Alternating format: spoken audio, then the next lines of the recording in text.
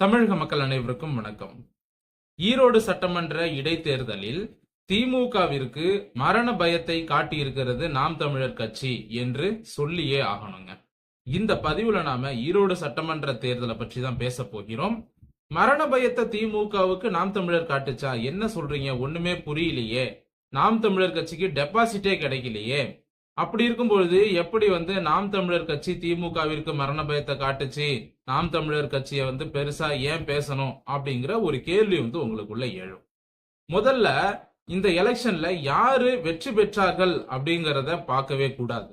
சரிங்களா? வெற்றி என்பது இந்த தேர்தலில் இவங்க பெற்ற வெற்றி கிடையாது திமுகவுக்கு. இந்த தேர்தலில் திமுக அவர்களுடைய வாக்கு சதவீதத்தை இழந்திருக்காங்க அப்படின்னு தான் சொல்லணும். அதே போல நாம் தமிழர் கட்சி முன்பு இருந்ததை காட்டிலும் அதிகமாக, பல மடங்கு அதிகமாக வாக்குகளை வாங்கி இருக்கிறார்கள் என்றுதான் நாம் சொல்ல வேண்டும்.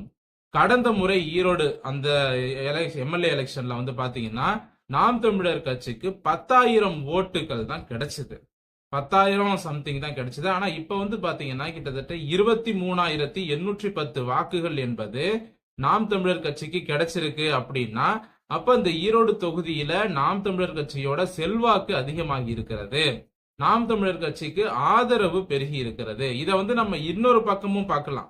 திமுகவை எதிர்க்கக்கூடியவர்களின் எண்ணிக்கை அதிகமாயிடுச்சு அப்படின்னு கூட நாம பார்க்கலாம்.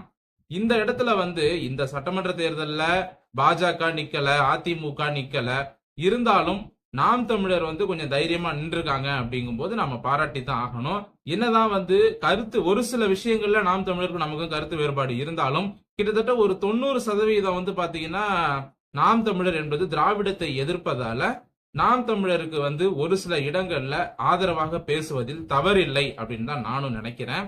ஏன்னா இந்த ஈரோடு எலெக்ஷன்ல பாத்தீங்கன்னா ஈவேராவை கண்ணாப்னான்னு திட்டிருக்காரு சீமான்.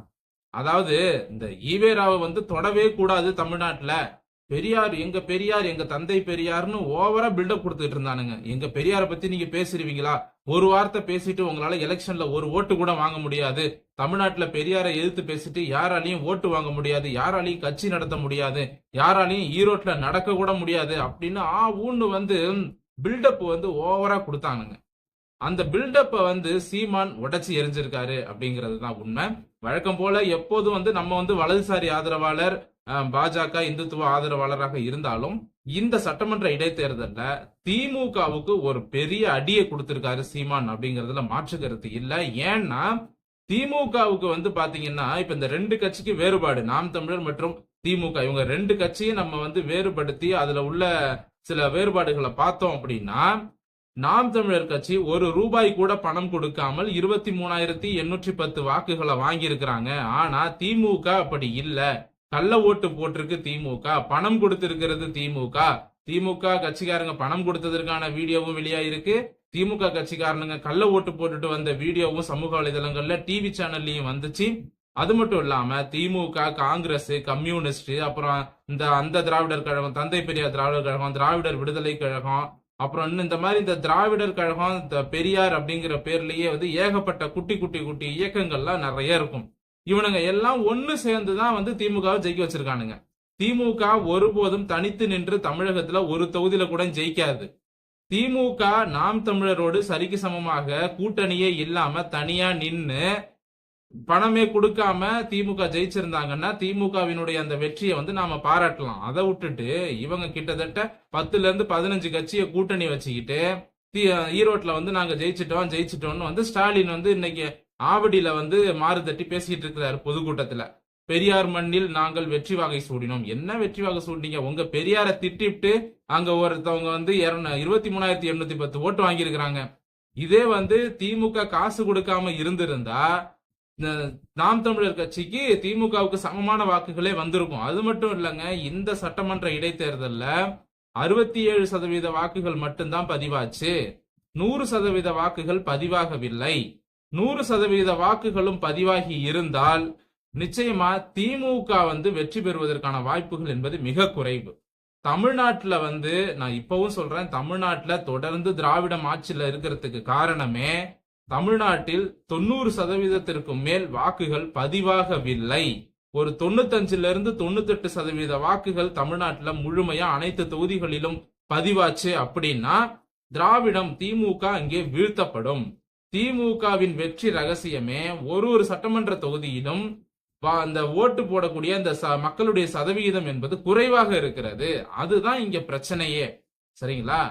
கிட்டத்தட்ட ஒரு 95% மக்கள் வந்து தமிழ்நாட்டுல ஓட்டு போட்டாங்க அப்படின்னா உண்மையான வெற்றியாளர் யார் அப்படிங்கிறது நமக்கு தெரிய வரும்.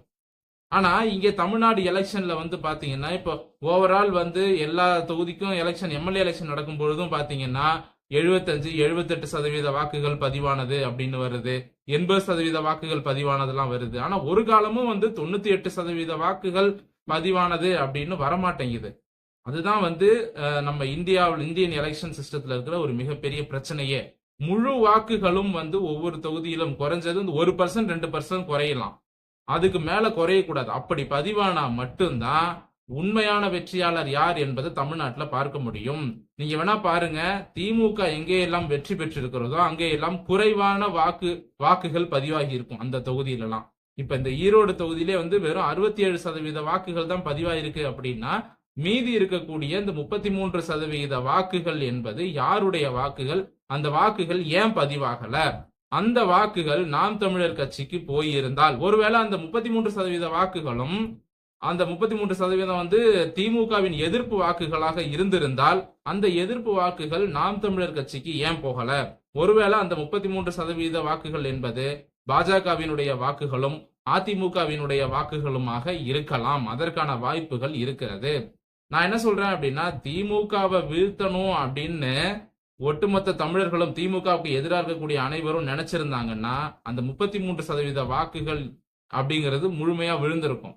அந்த 33% பேர் வந்து நாம் தமிழர் பக்கம் வந்திருந்தாங்க, திமுகவை வீழ்த்தணும்னு நினைச்சு வந்திருந்தாங்கன்னா, நம்ம கட்சி பிஜேபி, நம்ம கட்சி அதிமுக அப்படிங்கறத தாண்டி திமுகவை வீழ்த்தணும்பா அப்படின்னு நினைச்சிருந்தாங்கன்னா நிச்சயமா இந்த தொகுதியில வந்து திமுகவை வீழ்த்தி இருக்கலாம். சோ கட்சி வேறுபாடு பார்க்காம திமுகவை வீழ்த்துவதில் முழு கவனம் செலுத்தி இருந்தாங்க அப்படின்னா நிச்சயமா இந்த ஈரோடு சட்டமன்ற தேர்தலில் திமுக வீழ்த்தப்பட்டிருக்கும்.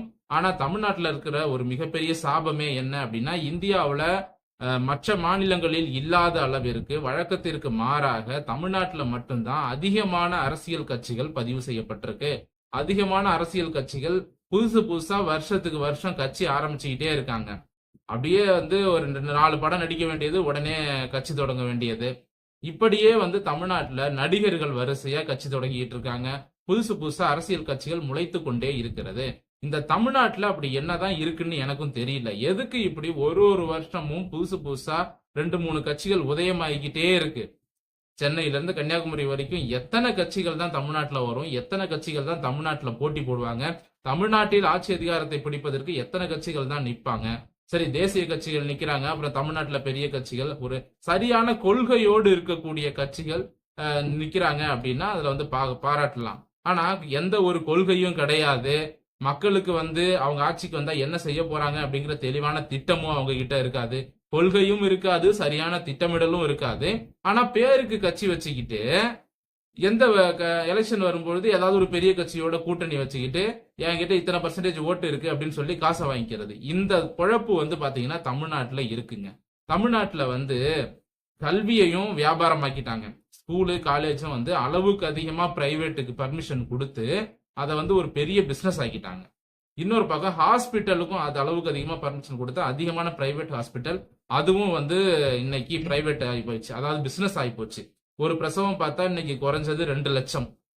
ஒரு பிரசவத்துக்கு 2 லட்சம்னா ஒரு நாளைக்கு ஒரு 100 பிரசவம் ஆச்சுன்னா எவ்வளவு வச்சு பாருங்க. அதுவே வந்து கிட்டத்தட்ட 2 கோடி ரூபாய் வருது. அப்போ இந்த பிரைவேட் ஹாஸ்பிட்டல்ங்கிறதும் ஒரு பிசினஸ் ஆகி போச்சு. இப்போ இன்னொன்னு ஒரு ட்ரெண்ட் என்ன அப்படின்னா, அரசியல் இயக்கங்கள் துவங்கப்பட்டு அதை வச்சு பிசினஸ் பண்றது. இந்த சின்ன இயக்கம், இந்த பெரியார் திராவிடர் கழகம், தந்தை பெரியார் திராவிடர் கழகம், அப்புறம் திராவிடர் விடுதலை கழகம், அப்புறம் என்னது திராவிட தமிழர் இயக்கமா, இந்த மாதிரி ஏகப்பட்ட பேர் சில்லற வண்டி கட்சிகள்லாம் இருக்கு. அப்புறம் இந்த மே 17 இயக்கம் இருக்கு இல்லையா, அந்த மாதிரியான சில்லற கட்சிகளும் இருக்கு. இந்த மாதிரி இயக்கங்கள்லாம் பாத்தீங்கன்னா இந்த எலெக்ஷன்லயே போட்டி போட மாட்டாங்க. ஆனா தமிழ்நாட்டுல ஏதாவது ஒரு கலவரத்தையும் பிரச்சனையும் உருவாக்கிட்டே இருப்பானுங்க. இந்த மாதிரி இயக்கங்கள் கட்சிகள் எல்லாம் உருவாக்கி தேர்தல் நேரத்துல அப்படியே கூட்டணி வச்சுக்கிட்டு ஒரு காசை வாங்கிக்கிறது. இத வந்து ஒரு தொழிலாவே பண்றது. ஒரு இந்த அரசியல் கட்சியை கூட பிசினஸாவே மாத்திட்டானுங்க தமிழ்நாட்டுல. இந்த தமிழ்நாட்டுல இந்த அளவிற்கு அரசியல் இயக்கங்கள் பெருகி கிடக்குது. இது தமிழ்நாட்டுக்கு நல்லதே கிடையாது. இந்த அளவுக்கு அரசியல் கட்சிகளை அதிகமா பெருக்குனதே திமுக தான். இந்த தமிழ்நாட்டில் இருக்கக்கூடிய அத்தனை அரசியல் கட்சிகளையும் நீங்க ஒரு லிஸ்ட் எடுத்தீங்கன்னா ஒரு 350க்கு மேல வரும் அரசியல் இயக்கங்கள். அந்த 350க்கும் மேற்பட்ட அரசியல் இயக்கங்களை நீங்க லிஸ்ட் எடுத்து பாத்தீங்கன்னா அதுல 90% அரசியல் இயக்கங்கள் திமுகவிற்கு ஜால்ரா அடிக்கக்கூடிய இயக்கங்களாவே தொடங்கி வச்சிருப்பாங்க. அந்த திராவிடர் கழகம், இந்த திராவிடர் கழகம், நொந்த கழகம், செத்த கழகம் அப்படின்னு ஏகப்பட்ட கழகங்களையும் கட்சிகளையும் உருவாக்கி வச்சிருப்பானுங்க. இது எல்லாமே பாத்தீங்கன்னா திமுகவோட அல்லக்கைகள். சரிங்களா? இப்படித்தான் இந்த தமிழ்நாட்டை நாசம் பண்ணிட்டு இருக்காங்க. இத்தனை இயக்கங்கள் இருக்கிறதுனாலதான் தமிழ்நாட்டுல ஒரு சரியான தலைவரை நம்மளால தேர்ந்தெடுக்க முடியல. யாருக்கு ஓட்டு போடுறதுங்கிற அந்த மனநிலையும் நம்ம மக்களுக்கு வரமாட்டேங்குது. திருமண பக்கம்லாம் கட்சி கொடி, திருமண பக்கம்லாம் இயக்கங்கள், 350க்கும் மேற்பட்ட இயக்கங்கள் தமிழ்நாட்டுல இருக்கு அப்படின்னா வேற எந்த மாநிலத்திலாவது இந்த மாதிரி இருக்கான்னு நீங்க நல்லா போய் பாருங்க. ஆந்திராவை எடுத்து பாருங்க, கர்நாடகா, கேரளா எடுத்து பாருங்க, வட இந்திய மாநிலங்கள்ல எடுத்து பாருங்க, எங்கேயுமே கிடையாது. ஏன் அப்படின்னா இந்த தமிழ்நாட்டுல தமிழர்கள் யாரும் ஆட்சிக்கு வந்துடக்கூடாது, தமிழர்கள் கைக்கு அதிகாரம் போயிடக்கூடாதுன்னு இந்த திமுக இத்தனை இயக்கங்களையும் காசு கொடுத்து உருவாக்கி வச்சிருக்கு. ஒவ்வொரு சமூகத்துக்கும் ஒரு இயக்கத்தை உருவாக்கி இருக்காங்க தமிழ்நாட்டுல, ஒவ்வொரு கம்யூனிட்டிக்கும். இதன் பின்னணியில் திமுக இருக்கிறது. இதை ஏன் இப்படி உருவாக்குனாங்க அப்படின்னா தமிழர்கள் அந்தந்த சமுதாயத்தை சேர்ந்தவன் அந்தந்த சமுதாயத்தை சார்ந்த கட்சிக்கு மட்டும்தான் ஓட்டு போடணும். அவனுடைய ஓட்டு வேற தேசிய கட்சிக்கோ அல்லது பொதுவான இருக்கக்கூடிய ஒரு அரசியல் கட்சிக்கோ வந்துருச்சு அப்படின்னா தமிழர்கள் அதிகாரத்துக்கு வந்துருவாங்க. இப்ப எப்படின்னா இவங்க திமுக, அதிமுக இருக்கணும். இவங்களோட மற்ற இயக்கங்கள், மற்ற கட்சிகள், இப்ப சமூகம் சார்ந்த, கம்யூனிட்டி சார்ந்த நிறைய கட்சிகள் இருக்கு இல்லையா, அவங்கள பாதி கட்சியை திமுக கூட்டணிக்கு இழுத்துக்கும், பாதி கட்சியை அதிமுக கூட்டணிக்கு இழுத்துக்கும். இப்படித்தான் இந்த திமுகவும் அதிமுகவும் இவர்கள் காலம் காலமாக தமிழகத்தை ஆள வேண்டும் என்பதற்காக தமிழ்நாட்டுல நிறைய குட்டி குட்டி அரசியல் கட்சிகளை இவங்களே உருவாக்கி வச்சிருக்கிறாங்க. இவங்க தான் பின்னாடி இருந்து சப்போர்ட் பண்ணி இயக்கிட்டு இருக்கிறாங்க. இந்த குட்டி குட்டி அரசியல் கட்சிகள், ஒரு கம்யூனிட்டிக்கும் இருக்கக்கூடிய அரசியல் கட்சிகள். அப்புறம் முஸ்லிம்னு எடுத்துக்கிட்டீங்கன்னா அதுலயே ஒரு 5-6 அரசியல் கட்சி இருக்கு. கிறிஸ்டின் எடுத்துக்கிட்டீங்கன்னா அதுல நிறைய இயக்கங்கள் இருக்கு. இந்த மாதிரியான ஏகப்பட்ட கட்சிகள், இயக்கங்களை உருவாக்கி வச்சு தமிழ்நாட்டை நாசம் பண்ணிட்டு இருக்காங்க. தமிழ்நாட்டுல அரசியலை பிசினஸா பண்ணிட்டு இருக்காங்க. இது தடுத்து நிறுத்தப்படணும்.